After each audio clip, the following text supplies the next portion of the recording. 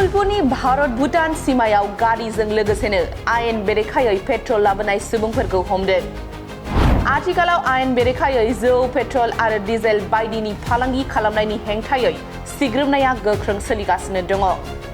बेबादि समावनो तामुलपुरनि दारांगामेला पुलिस बिफाननि गोख्रों सिग्रोमनायजों थांनाय हरनि समाव भुटाननिफ्राय आयेन बेरेखायै पेट्रल लाबोनाय गंबा गारिजों लोगोसेनो सा 7 सुबुंखौ हमनो हायो।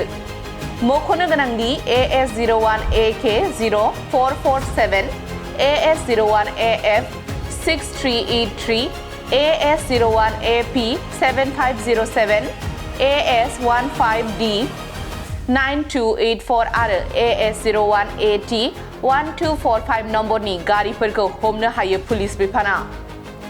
बेनि गेजेराव गंथाम सेन्ट्र गारि, गंसे एल्ट' गारि आरो गंसे बोलेर' गारिजों 500 लिटारनिबो बांसिन पेट्रल जब्द खालामो।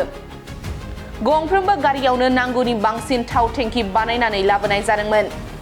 भुटाननिफ्राय हरनि समाव आयेन बेरेखायै फालांगि खालामनो पेट्रलखौ लाबोबाय थानाय समावनो दारांगामेला पुलिसआ बिसोरखौ हमनो हायो। मिथिनो मोननाय बादिब्ला माखासे सुबुंफोरा भुटान हादरनिफ्राय खम बेसेनाव लाबोनानै तामुलपुर जिल्लानि दाब दाब जायगायाव थावफोरखौ गोबां बेसेनाव फानफैगासिनो दंमोन।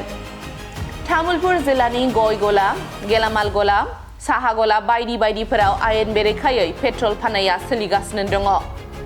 पुलिसजों हमजानाय सुबुंफोरखौ दुर्गा बाहादुर प्रधान, नित्सल आली, जितेन दैमारी, थाइजुद्दिन आली, फालुराम मण्डल आरो राजु दास होननानै सिनायथिनाय जादों।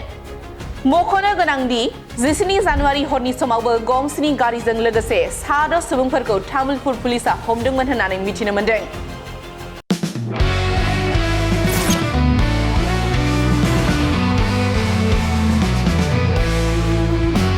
नोंथांनि जिउआव जायखिजाया खामानियावनो हेंथा नुजाथिदों नामा?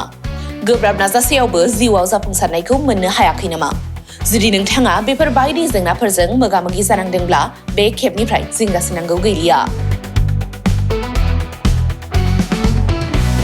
मुलुग दरबाराव तन्त्र मन्त्रनि थाखाय बयनिख्रुइबो मुंदांखासिन थावनियानो जादों मायां। मायांखौ साधु बिद्यानि रायजो होननानैबो मिथिनाय जायो। बे मायांनिफ्रायनो तान्त्रिकनि सोलोंथाइ लानानै फैदों मुंदांखा रबि कबिराजआ। बिथांनिफ्राय नोंथाङा नोंथांनि जिउनि गासिबो रोखोमनि जेंना जेंसिफोरखौ सुस्रांनानै लानो हागोन।